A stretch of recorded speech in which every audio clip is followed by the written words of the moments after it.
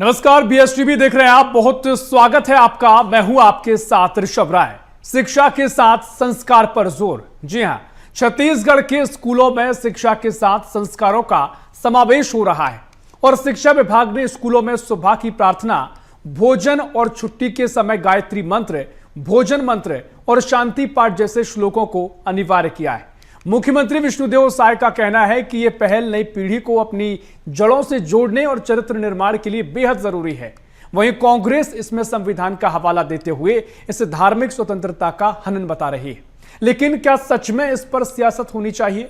आज इसी विषय पर करेंगे चर्चा, लेकिन उससे पहले देखिए यह रिपोर्ट और समझिए क्या है पूरा मामला।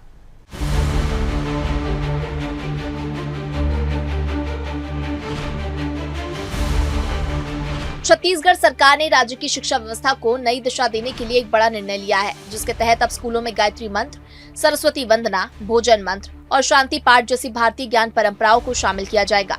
मुख्यमंत्री विष्णुदेव साय के इस फैसले का प्रदेश के संत समाज ने मुख्यमंत्री निवास पहुंचकर स्वागत किया और आभार जताया। संतों का मानना है कि इस निर्णय की सबसे बड़ी अहमियत ये है कि आधुनिक शिक्षा के साथ साथ बच्चों में नैतिक मूल्यों और चरित्र निर्माण का समन्वय करेगा। आज की डिजिटल पीढ़ी को मानसिक शांति, अनुशासन और अपनी सांस्कृतिक जड़ों से जोड़ने के लिए ये पहल बेहद जरूरी और व्यावहारिक कदम है। अभी हमें विभाग की तरफ से जो है कई प्रकार के मंत्रोच्चार का और प्रार्थना का जो है शुरू में स्कूल लगने से पहले क्या प्रार्थना दी है, मध्याह्न भोजन में भोजन मंत्र है और शाला बंद होने के बाद जो है कुछ प्रार्थनाएं हैं, ये सभी संचालित किए जाने का निर्देश है। पूरा 100% जो है स्कूलों में इसका संचालन किया जा रहा है। छत्तीसगढ़ के सरकारी स्कूलों में गायत्री मंत्र और सरस्वती वंदना अनिवार्य। सुबह राष्ट्रगीत, राष्ट्रगान और महापुरुषों की जीवनी का वाचन भी होगा। शाम को छुट्टी के समय राज्यगीत और शांति मंत्र का पाठ। स्कूली शिक्षा में भारतीय संस्कृति की पुनर्स्थापना का संत समाज ने किया स्वागत। सीएम साय ने संत महात्माओं से मुलाकात कर जताया आभार। आधुनिक शिक्षा के साथ साथ संस्कृति से जुड़ेंगे बच्चे, सीएम साय। छत्तीसगढ़ में यही मुद्दा अब सियासी गलियारों में भी गूंज रहा है। एक तरफ बीजेपी से आध्यात्मिक शिक्षा से जोड़कर देख रही है और कह रही है कि शिक्षा केवल किताबों तक सीमित नहीं होनी चाहिए। इसका उद्देश्य चरित्र निर्माण, नैतिक मूल्यों का विकास और विद्यार्थियों को अपनी संस्कृति से जोड़ना भी है। वहीं कांग्रेस इसे बीजेपी का राजनीतिक प्रोपेगेंडा करार दे रही है। अच्छा है, स्कूलों में इस तरह के मंत्रोच्चारण होंगे तो एक आध्यात्मिक शक्ति भी बच्चों में जगेगी, राष्ट्र प्रेम की भावना जगेगी, वो सच्चे राष्ट्रभक्त होंगे। मंत्रोच्चार की बात करें, मंत्रोच्चार कोई नई चीज है नहीं भाई। आप स्कूलों में ये देख लीजिए, वहां शिक्षक है कि नहीं है। स्कूलों में अभी तक पुस्तक और ड्रेस नहीं पहुंच पाया है, इसकी बात कर नहीं रहे, सिर्फ राजनीति प्रोपेगेंडा कर रहे। पूरी शिक्षा सिस्टम को इस सरकार ने भ्रष्टाचार का अड्डा बना दिया। शिक्षा का असली मकसद सिर्फ किताबी ज्ञान देना नहीं, बल्कि चरित्र का निर्माण करना भी है। आज की डिजिटल पीढ़ी को जितना आधुनिक विज्ञान की जरूरत है, उतना ही नैतिक मूल्यों और मानसिक शांति की भी आवश्यकता है। बदलाव की इस नीति और सियासत के इस शोर के बीच सबसे बड़ा ध्यान इस बात पर होना चाहिए कि हमारे बच्चों का भविष्य संवरे। अब देखना ही होगा कि स्कूलों में नियमों से शुरू हुई संस्कारों की ये पाठशाला बच्चों के भीतर कितनी सकारात्मकता लाती है और राजनीतिक गलियारों में छिड़े इस विवाद को कितना शांत कर पाती है। बीएसटीवी के लिए शिवम दुबे की रिपोर्ट। तो देखिए, यहाँ पर कुल मिलाकर जो सियासी लगातार बयानबाजी भी इससे पहले देखने को मिली और शिक्षा के साथ संस्कारों पर जोर देने की बात सरकार कह रही है, लेकिन कांग्रेस ने कई तरह के आरोपों का जिक्र किया है कि यहाँ पर जबरदस्ती इन चीजों को थोपा जा रहा है और धर्मनिरपेक्षता के खिलाफ इसे बताया गया है। इसी पर चर्चा करेंगे। खास पैनल हमारे साथ जुड़ गया। हमारे साथ भारतीय जनता पार्टी से डॉक्टर किरण बघेल जुड़ रही हैं। किरण जी, बहुत स्वागत है आपका बीएसटीवी में। साथ ही कांग्रेस की ओर से वंदना राजपूत जुड़ गई हैं। वंदना जी, बहुत स्वागत है आपका बीएसटीवी में। और आचार्य नंद कुमार चौबे हमारे से जुड़ गए हैं। आचार्य जी, बहुत स्वागत है आपका बीएसटीवी में। चर्चा की शुरुआत करेंगे। किरण बघेल जी, पहले आप ही के पास आऊंगा, क्योंकि जो कांग्रेस कह रही है कि जिस तरीके से ये सारी चीजों को लेकर आपने शामिल इस सत्र में किया है, और चाहे गायत्री मंत्र की बात हो या फिर सरस्वती वंदना पहले से चली आ रही है, चाहे भोजन मंत्र की बात हो, धर्मनिरपेक्षता के खिलाफ इसे कांग्रेस बता रही है और कई तरह की बातों का जिक्र किया है कि धर्मनिरपेक्ष देश में ठीक नहीं है। तो इसे लेकर क्या कुछ तैयारी, क्योंकि मुख्यमंत्री साफ तौर पर कह रहे हैं कि ये तो संस्कारों से भी जोड़ रहे हैं, संस्कृति से भी जोड़ रहे हैं, चरित्र निर्माण भी इससे होगा। बिल्कुल ऋषभ जी, ये बिल्कुल ये जो मूल्यों पर आधारित हम शिक्षा की बात करते हैं, चरित्र निर्माण की बात करते हैं, धार्मिक उसकी बात करते हैं, बच्चों के अंदर जो धार्मिकता का थोड़ा संस्कार आए, राष्ट्रीय एकता की बात करते हैं। और ऋषभ जी, इसमें कोई गलत नहीं, मैं तो कहती हूँ कि इंदिरा जी के कार्यकाल से देख लें, राजीव गांधी जी के कार्यकाल से देख लें, जब भी शिक्षा नीति का निर्माण हुआ या बदलाव आए तो उनके समय भी राष्ट्रीय एकता, चरित्र निर्माण और वैल्यू एजुकेशन को लेकर उन्होंने बात की और इसी पर ही हमारी शिक्षा नीति बनी। ठीक उसी को आगे करते हुए, उसी को मुझे लगता है एक्सटेंड करते हुए हमारी, जब अगर छत्तीसगढ़ के मुख्यमंत्री इसके बाद नैतिक शिक्षा की बात करते हैं, मूल्य आधारित शिक्षा की बात करते हैं, संस्कारों की बात करते हैं, तो मुझे लगता है इसमें दिक्कत क्या है। तो और रही बात कांग्रेस का विरोध करने का, तो ऋषभ जी, विरोध करना तो कांग्रेस की शुरू से आदत रही है। हाल ही में अभी देखा जाए तो चरणदास महंत जी की बात कर ले या अभी टी.एस. सिंहदेव जी की बात करें, अभी हमारे एक धार्मिक गुरु के खिलाफ इन्होंने कहा हम उनके प्रवचन में स्थल में नहीं जाएंगे या उनका प्रवचन का नहीं सुनने जाएंगे। राहुल गांधी की बात करूं तो वो कहते हैं कि हिंदू हिंसक होते हैं। कहीं स्टालिन की बात करूं तो वो हिंदुओं को वायरस घोषित करते हैं। तो कांग्रेस तो हमेशा से हिंदू धर्म और सनातन धर्म के खिलाफ रहा है। तो इस बार अगर कोई इस बात का विरोध अगर कांग्रेस करती तो ये कोई नई बात नहीं है। इनका काम विरोध करना है, और चाहे वो सनातन धर्म हो, संस्कृति हो। तो मुझे लगता है अगर हमारी सरकार मूल्य पे आधारित नीति शिक्षा की बात करती है, मूल्य वैल्यू एजुकेशन की बात करती है, चरित्र निर्माण की बात करती है, तो मुझे लगता है इसका स्वागत करना चाहिए। ठीक है, वंदना जी, मैं आपके पास आ रहा हूं। कांग्रेस इसका स्वागत क्यों नहीं कर रही है? क्यों कोई आप इसे धर्म से जोड़कर देख रही हैं? क्या दूसरा पक्ष इसका नहीं देखा जा सकता है कि इससे चरित्र निर्माण, बच्चों को संस्कार, संस्कृति से जोड़ना और लगातार जो संस्कृति को आगे बढ़ाने का काम किया जा रहा है उसको लेकर एक अच्छी तस्वीर आके नजर आएगी। बच्चों में बचपन से जब वो सारी चीजें मिलेंगी तो चाहे उज्जवल भविष्य के लिए योग्यता की बात हो, उसमें अगर आधुनिक हो रहे हैं तो यहाँ पर संस्कृति से जुड़कर वो जड़ें भी मजबूत होंगी। तो बीजेपी ये कह रही है, कांग्रेस को क्या खास आपत्ति इसमें?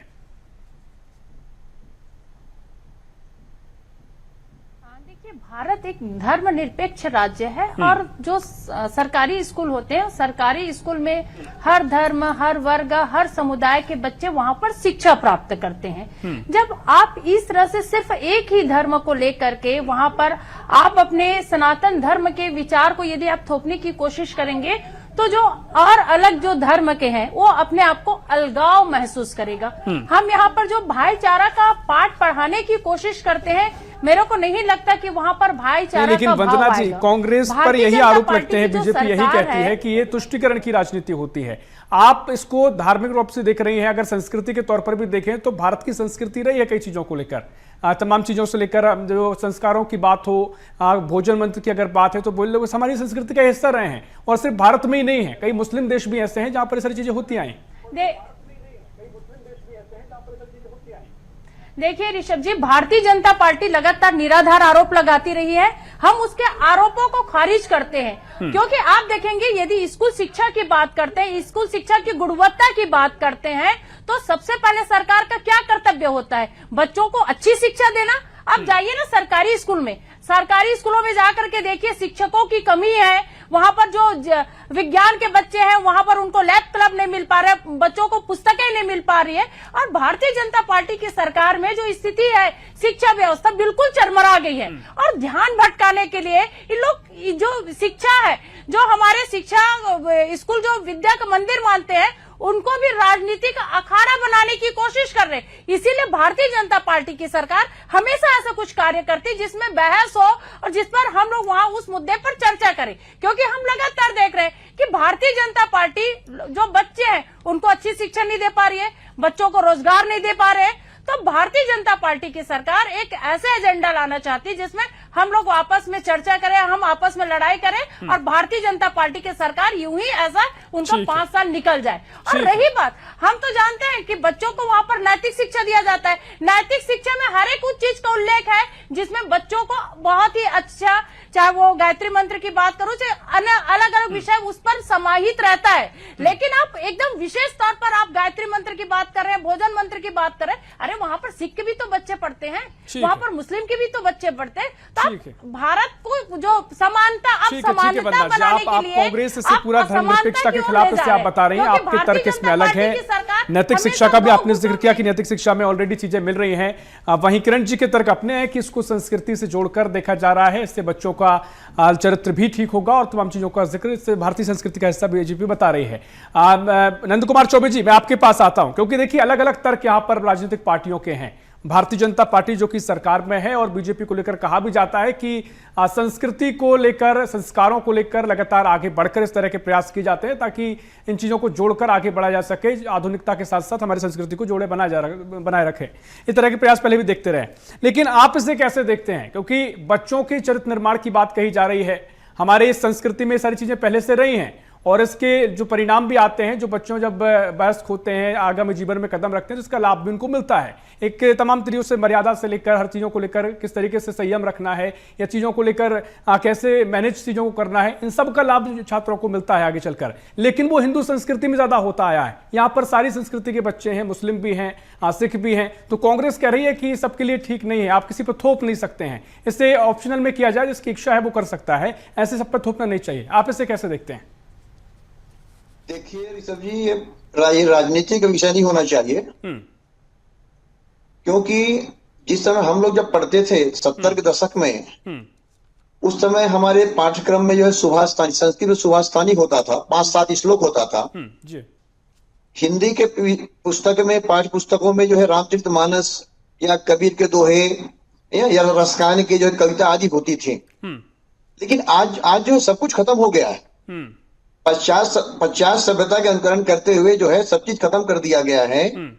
अगर कहीं विष्णुदेव सहाय अगर कहीं कर रहे हैं तो ये तो मैं तो की भूरी भूरी प्रशंसा करता हूं। मैं कोई राजनीतिक नहीं हूं, मैं धार्मिक व्यक्ति हूं, सनातन धर्म को मानने वाला हूं, भागवत कथा प्रवक्ता हूं मैं जी। लेकिन बच्चों को जो संस्कार मिलनी चाहिए उसके लिए चाहे वो भाजपा हो चाहे कांग्रेस हो, सबको मिलकर काम करनी चाहिए।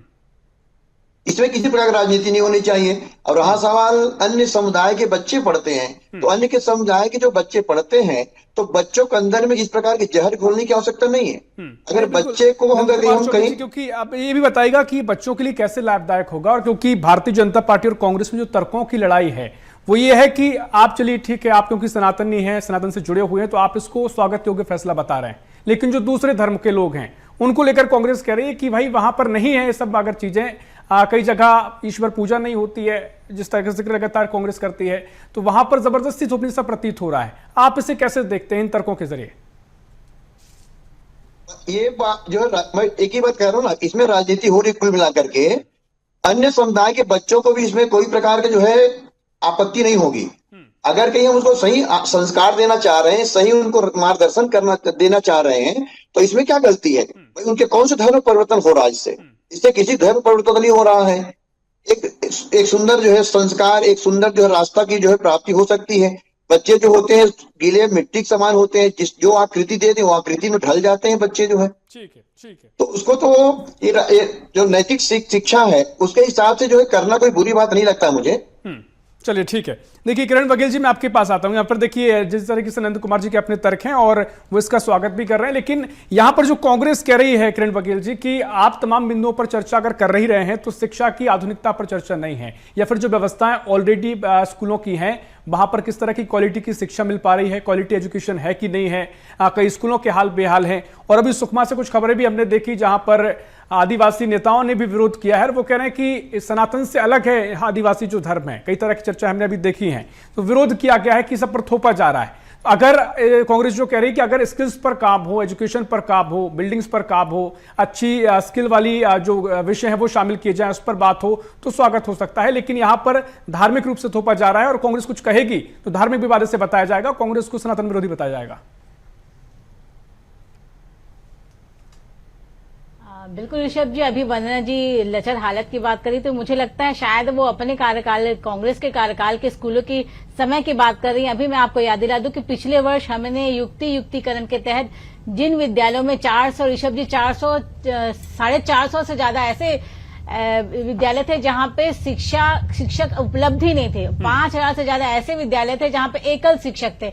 युक्तिकरण के तहत हमने ये सुनिश्चित किया कि हर विद्यालय में शिक्षक उपलब्ध हो, जहां शिक्षकों की कमी हो वहां सुनिश्चित की गई। और जब युक्तिकरण हो रहा था तब भी कांग्रेस ने विरोध किया था। यहां तक कि आपको याद दिला दूं कि इनके बड़े नेताओं ने तो ये तक कहा था कि पिछले साल की याद दिला दूं कि 6 जून या 16 जून को हम बड़ा आंदोलन करेंगे, लेकिन वो आंदोलन भी टाइम फिक्स हो गया। और क्योंकि हमारी सरकार लगातार काम कर रही है, स्कूल की मरम्मत की बात करूं तो अभी कुछ समय पहले ही 20 करोड़ का वो अमाउंट सैंक्शन हुआ है। आरईएस और लोक निर्माण दोनों दो विभाग मिलकर स्कूल के मरम्मत पे ध्यान दिया जा रहा है। तो हमारी सरकार लेकिन ये भी जरूरी है, शिक्षा पर ध्यान दे रही है, संस्कारों पर भी ध्यान दे रही है। तो ऋषभ जी, मैं यही कहना चाहूंगी कि देखिए, मेरी बात करूं, जब मैं छोटी थी तो और मेरा एक बड़ा भाई था, तो वो पास के एक हिंदी मीडियम स्कूल में पढ़ता था और वहाँ मेरे समय में इंग्लिश मीडियम का कल्चर था, तो मैं इंग्लिश मीडियम कॉन्वेंट में पढ़ती थी। तो हम वहाँ के इंग्लिश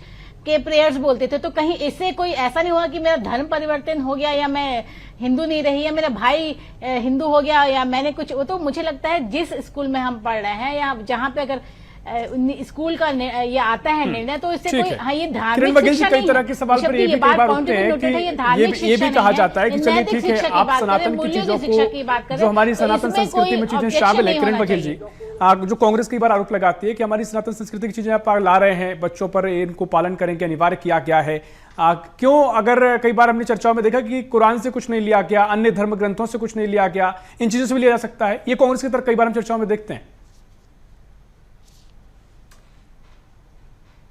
देखिए ऋषभ जी, मुझे लगता है कि जब मैं छोटी थी, मैंने जब अपनी पढ़ाई की तो रहीम के दोहे आते थे और एक दो ऐसे हिंदी या किताबों में ऐसे कई पात्र रहते थे जो दूसरे समुदाय के पर आधारित स्टोरीज रहती थी। पाठ पुस्तक में हमारे पाठ रहते थे। तो कभी हमने ये तुष्टिकरण की बात नहीं कही या कभी ऐसा कुछ नहीं हुआ। हमारे लिए सभी धर्म एक है। और जिस प्रकार वेस्टर्नाइजेशन हो रहा है ऋषभ जी, कैसे हमारे आज के बच्चे वेस्टर्न कल्चर से प्रभावित हो रहे, इस सब को भी ध्यान में रखते हुए हम हमारे बच्चों को भारतीय संस्कृति से, हमारे बच्चों को भारतीय संस्कार से जोड़ना बहुत आवश्यक है। तो मुझे लगता है बहुत अच्छा कदम है हमारी सरकार के द्वारा बच्चों को हिंदू संस्कृति से, हमारे धर्मों से, हमारे इतिहास से जोड़ने का बहुत अच्छा ये मौका है। तो मुझे लगता है सबको दलगत राजनीति से उठकर इस निर्णय का स्वागत करना चाहिए। ठीक है, क्योंकि देखिए वंदना जी, जो चर्चाएं अभी तक है, क्योंकि कांग्रेस इसे आप धर्म से जोड़कर जरूर देख रही है, लेकिन बीजेपी का जो तर्क है और इसको अगर समझा जाए तो क्या ऐसे समझा जा सकता है कि जो पाश्चात्य संस्कृति लगातार हावी हो रही है और भारतीय संस्कृति एक अलग संस्कृति रही है, और जो हमारी संस्कृति में तमाम चीजों का जिक्र अगर है तो ये बच्चों के भविष्य के लिए बेहतर, उनकी चरित्र निर्माण के लिए ठीक हो सकता है। और साथ ही सनातन को लेकर कहा जाता रहा है कि सनातन धर्म से ज्यादा एक जीवन जीने की राह है, एक जीवन जीने का सही तरीका है। तो सही तरीका वो सबके लिए है, वो उसमें सनातनी सिर्फ एक धर्म से जोड़कर नहीं देखा जा सकता है। अगर वो उसके ऊपर हमारी संस्कृति का हिस्सा रहा है, और यही संस्कृति आप इंडोनेशिया में चले जाइए, जो सबसे बड़ा मुस्लिम देश है, वहां पर भी ये सारी चीजें दिखाई देती है। महाभारत रामायण की लोक कलाओं में चीजें दिखाई देती हैं, नृत्य इनके होते हैं, कैरेक्टर इनके बने हुए हैं, लोग उनको फॉलो करते हैं। तो इसको फिर धर्म से जोड़कर क्यों देखना और क्यों उस पर सियासी रंग डालना? देखिए, अगर मैं स्कूल की बात करूं, यहाँ के जो सरकारी स्कूल की बात करूं, तो आप यकीन मानिए, चलिए ठीक है, आप अगर ये ले आ रहे हैं तो अच्छी बात है, लेकिन उसको सिखाने वाले कौन है? क्योंकि आप स्कूल की स्थिति जाएंगे, वहां स्कूल ऐसी स्थिति में कि बच्चे बैठ नहीं पा रहे। इस बच्चों को वहां बैठने के लिए स्कूल में टेबल कुर्सी नहीं है, पंखा नहीं है, ना ही वहां पर लैब है, ना ही शिक्षक है। तो फिर आप कैसे इसको लागू कर सकते हैं और इसको कैसे आप बेहतर बना सकते हैं? नहीं, बिल्कुल, ये अलग अलग चीजें ना, आप इस पर भी सवाल कीजिए। मुझे लगता है इन पर भी बहुत सारे सवाल हम खड़े करते हैं और होना भी चाहिए, व्यवस्थाएं पुख्ता होनी चाहिए। लेकिन अगर कुछ ऐड हो रहा है तो उसका विरोध अलग हो जाता है। आप इसे तुलना नहीं कर सकते कि वो नहीं है और ये है। ऋषभ जी, वहीं पर आ रही हूं मैं जी, मैं वही बोल रही हूँ कि आपने भी जब शिक्षा प्राप्त की थी तो उस समय यूपीए की सरकार थी, हमने भी जब शिक्षा प्राप्त की यूपीए की सरकार थी, मेरे ख्याल से किरण बहन भी जब पढ़ी तो यूपीए की सरकार थी। हम लोग सबको अच्छी शिक्षा लेकर के अपनी सनातन धर्म की ओर हम लोग इस शिक्षा को प्राप्त किए हैं।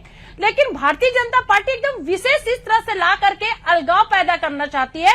बच्चों के जो मन में जो है वो अलगाव की भावना पैदा करना चाहती है। अगर बच्चों के मन में यदि अलगाव की भावना, मुझे यदि कुछ यहाँ पर आपका स्थिति बहुत अच्छा उत्पन्न तर्क होती है नहीं मिला ऋषभ है, जी, मुझे तो बहुत इसका स्पष्ट तर्क आपका नहीं मिला है। क्या हो सकता है आप समझ कह रही हैं कि अलगाव पैदा करना चाहते हैं, धार्मिक फूट डालना चाहते हैं, इस तरह के शब्द अगर कांग्रेस उपयोग करती है तो इन शब्दों से इतर कोई तर्क बताइएगा ना। अब इस चीजों से तो ठीक हो रहा है, बच्चों के लिए एक उनकी बेटर पर्सनैलिटी डेवलप होगी। और उसके अलावा जो बात संस्कृति की है, तो मैंने मुस्लिम देशों का भी जिक्र किया, वहां पर भी कई चीजें होती आई हैं। हमारी संस्कृति का जिक्र हो रहा है, भारतीय संस्कृति का हिस्सा है चीजें, कोई धर्म से जोड़कर इसे नहीं देखना चाहिए। इसको लेकर बीजेपी कह रही, इसको लेकर कहां फूट और कहां बच्चों में धार्मिक अलगाववाद होगा? हमारा जो भारत देश है वो धर्मनिरपेक्ष राज्य है। हर धर्म को हम एक समान मानते हैं और हर समुदाय के बच्चे हमारे स्कूल में पढ़ते हैं।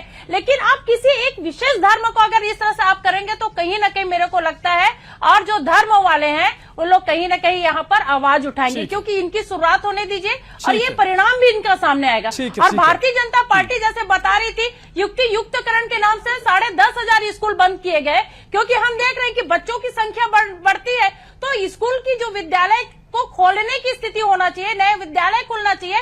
लेकिन भारतीय जनता पार्टी की सरकार में स्कूलों को बंद किया जाता है और शराब की दुकान को खोला जाता है। ये भारतीय जनता पार्टी की असली चाल और चरित्र है। आप बोलते हैं कि 54,000 शिक्षकों की भर्ती करेंगे, उसके बाद क्या होता है 34,000 शिक्षकों की भर्ती के बाद 21,000 शिक्षकों की भर्ती के बाद और उसके बाद अंत में 5,000 शिक्षकों की भर्ती।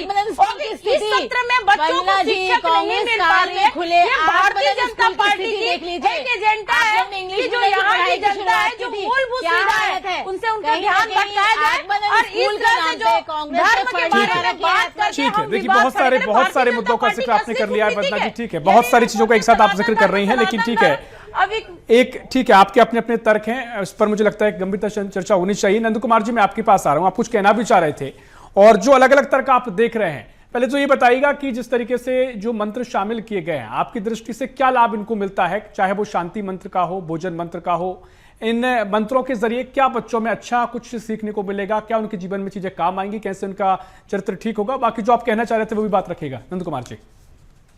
देखिए क्या है कि अगर बच्चों को अगर हम भोजन मंत्र पढ़ा रहे हैं तो बच्चों जो घर में जब भोजन करने बैठते हैं तो कम से कम जमीन में बैठ करके पालथी मार के हाथ जोड़ करके भगवान की प्रार्थना करके भोजन करते हैं। आज हमारे घर खाना की तरीका भी बदल गया है। खाना का तरीका बदल गया। आज जितने भी ईसाई मसनी जो स्कूल हैं वहां पर जो बच्चे जो है, मैं तो पंडित हूँ, कहीं जाता हूँ तो जजमानों के यहाँ जाता हूँ तो धागा बांधता हूँ, माली धागा जो है, तो उनकी माता जी कहती है महाराज ये बच्चे को मत बांधो क्योंकि इसके स्कूल में अलाउ नहीं है। तो भाई हम हिंदुस्तान में रहते हैं, हमारे बच्चे जो कि माथा तिलक ना लगाएं, सीखा ना रखें, चोटी ना रखें, हाथ में मंगल धागा ना रहे, तो कैसी बात है? कैसी पढ़ाई है ये? तो इससे हमारे बच्चों की संस्कृति क्या होगी, संस्कार क्या होगी? हम पश्चात सभ्यता तरफ जा रहे हैं। भाई हमारे नियम है, जब हम सुबह उठते हैं तो अपने हाथ को देखकर प्रणाम करते हैं। कराग्रे बस्ते लक्ष्मी कर मध्य सरस्वती कर मूले तो इस्तो ब्रह्मा मध्य, ये मंत्र पढ़ के हम अपना प्रभात शुरुआत करते हैं, सुबह को मंगलमय बनाना चाहते हैं। अगर हम कहीं अपने बच्चों को अगर हम ये मंत्र शिक्षा दे दें तो बच्चों के मन में जो एक प्रकार की जो है धार्मिक भावना नहीं कह रहा हूं, कम से कम एक तो आस्था तो बढ़ेगी, अपने पढ़ाई के लिए आस्था बढ़ जाएगी, पढ़ाई के लिए उनकी रुचि बढ़ेगी। अगर हम बच्चों को अभी भी कहते हैं कि स्कूल जाने के पहले जो 5 जो है तुरुबा गले जिम चढ़ा दीजिए, इससे आपकी बुद्धि में प्रखरता आ जाएगी, तो बच्चा करते हैं। अगर कोई अगर बच्चा दूबी चढ़ा रहा है, भगवान को अर्पण कर रहा है, तो उसमें धर्म परिवर्तन वाली बात नहीं है। ठीक है। देखिए अब वो सारी चीजें हैं, वो धार्मिक रूप से अपनी जगह बहुत सारी चीजें होती है, लेकिन यहाँ पर अगर मंत्रों का जिक्र है, वंदना जी मैं आऊंगा आपके पास किरण जी, लेकिन वंदना जी जिन बातों का जिक्र नंद कुमार जी कर रहे हैं और जो चीजें अगर मंत्र पाठ अगर किया जा रहा है, उससे अगर कुछ भोजन चल रहा है और भोजन को प्रणाम किया जा रहा है और भोजन का महत्व को समझा जा रहा है, तो एक अच्छी चीज है ये। उसी तरह जो और भी मंत्रों का जिक्र किया गया है, चाहे संयम अगर आना हो, शांति मंत्र हो, तो कैसे संयम जरूरी है, कैसे शांति बहुत जरूरी है। जब पूरा स्कूल का समय पूरा करने के बाद जब शांति का मंत्र होगा तो बच्चों के लिए थोड़ा एक संयमता आएगी और कहीं ना कहीं संतुलन जीवन उनका आगे रहेगा। तो इसे सिर्फ और सिर्फ धर्म से जोड़ना, शायद ये क्या कांग्रेस गलती कर रही है? देखिए ऋषभ जी, यदि अभी नंद कुमार जी बात कर रहे थे तो हम सब अपने घर में इस चीज को अपनाते हैं। और अपनी बच्चों की बात करूं तो हम सब यही सिखाते कि सुबह जब उठते तो धरती माता को प्रणाम करना चाहिए, सुबह स्नान करके सूर्य देव को आप जल चढ़ाइए, तुलसी माता रानी को जल चढ़ाइए और हाथ जोड़िए भगवान के सामने में कि हे भगवान आज के दिन बहुत अच्छा से निकले, आपका आशीर्वाद मिले। ये तो सभी माता पिता अभिभावक का कर्तव्य होता है और हम सब सिखाते हैं। लेकिन अगर स्कूलों में धर्मनिरपेक्ष अपना जो देश है, अगर स्कूलों में किसी एक धर्म पर आप इस तरह से अगर करेंगे तो मेरे को लगता है कहीं ना कहीं यहाँ पर आवाज उठेगी। ठीक है, समय पूरा हो रहा है। किरण बघेल जी, मैं आपके पास आ रहा हूँ, क्योंकि देखिए यहाँ पर जो असली लड़ाई है और जो हमें समझ आया इस पूरी चर्चा के दौरान वो ये, क्या इसे अनिवार्य करना ठीक है? क्या ये सारी चीजें ऑप्शनल नहीं होनी चाहिए, ऐच्छिक नहीं होनी चाहिए? क्योंकि कई लोगों को अगर धार्मिक रूप से अगर कांग्रेस से जोड़कर देख भी रही है, धर्मनिरपेक्षता में अगर ये बातें हैं कि सब अपनी संस्कृति को, अपने खासकर धर्म को अलग अलग तरीके से मान सकते हैं, अधिकार है, और कोई अगर जबरदस्ती कर रहा है तो उसका अधिकार है कि उसका विरोध किया जा सके। तो कैसे अनिवार्य करना एक गलत फैसला, इसे कांग्रेस के नजरिए से देख रहे हैं, जो कांग्रेस कह रही है, माना जाए, या फिर आपका कहना है कि सभी के लिए ठीक है? देखिए ऋषभ जी, मैं एक बार फिर आपको बता देना चाहूंगी कि धार्मिक शिक्षा नहीं है, बल्कि हमारे नैतिक मूल्य, नैतिक चरित्र निर्माण के लिए हमारे जो सांस्कृतिक जो मंत्र है उसका उच्चारण है। धार्मिक शिक्षा प्रदान नहीं किया जा रहा है, किसी का धर्मांतरण नहीं किया जा रहा है। ये बात समझने की चीज है। 21 तारीख को अंतर्राष्ट्रीय योगा दिवस, जब अंतर्राष्ट्रीय योगा दिवस मना रहे हैं, जब भारत ने पूरे विश्व बच्चों को पढ़ाया जाता है, पहले भी ये रहता है, कुछ अलग नहीं है। आज पूरा भारत, पूरा विश्व भारतीय जनता पार्टी जनता की असली मुद्दों को भटकाना चाहती है, क्योंकि वो बच्चों को अच्छी शिक्षा नहीं दे पा रही है, बच्चों को अच्छी वहाँ पर शिक्षक नहीं दे पा रहे हैं। तो भारतीय जनता पार्टी इस तरह से मुद्दा ला करके यहाँ की जनता को ठीक है। देखिए किरण बघेल जी, समय पूरा हो गया। बहुत महत्वपूर्ण तर्कों का जिक्र आपने किया है, वंदना जी के अपने तर्क हैं, लेकिन इन चीजों में समझना होगा, संस्कृति और धर्म में फर्क हमें अंतर करना होगा, मुझे जो समझ में आता है। ठीक है किरण बघेल जी, आपकी आवाज डाउन कर दी गई है क्योंकि अब जब समय पूरा हो गया है। क्योंकि देखिए जिस तरीके से आप तमाम तर्क आपके हैं, लेकिन संस्कृति और धर्म को समझने की बहुत आवश्यकता दिखाई देती है, क्योंकि योग को लेकर भी अब पूरी योग की दुनिया को जरूरत भी दिखाई दे रही है, हमारी संस्कृति का हिस्सा रहा है। वैसी तमाम चीजें हैं तो उसको हमें समझना बहुत जरूरी है। खैर आपके अपने तर्क की चर्चा और हो सकती है, समय इतना ही है। बहुत शुक्रिया आप सभी मेहमानों की चर्चा में शामिल होने के लिए। तो कुल मिलाकर देखिए यहाँ पर कई तरह की बहस है, कई तरह के तर्क कांग्रेस के है कि जो मंत्रों को थोपा गया है, लगातार अगर मंत्र होते रहेंगे तो जो मुख्य शिक्षा है उस पर ध्यान नहीं दिया जा रहा है। इंफ्रास्ट्रक्चर की बात है, शिक्षक भर्ती की बात है, कई तरह के सवाल कांग्रेस ने उठाए, लेकिन बीजेपी का कहना है कि यह संस्कृति का हिस्सा है और बच्चों के भविष्य के लिए ठीक होगा, उनके चरित्र निर्माण में बेहतरी करेगा। इन तमाम तर्कों के जरिए बीजेपी इन बातों का जिक्र कर रही है। फिलहाल के लिए इस खास प्रशिक्षण में इतना ही। देश प्रदेश की और भी खबरों के लिए देखते रहिए BSTV। नमस्कार।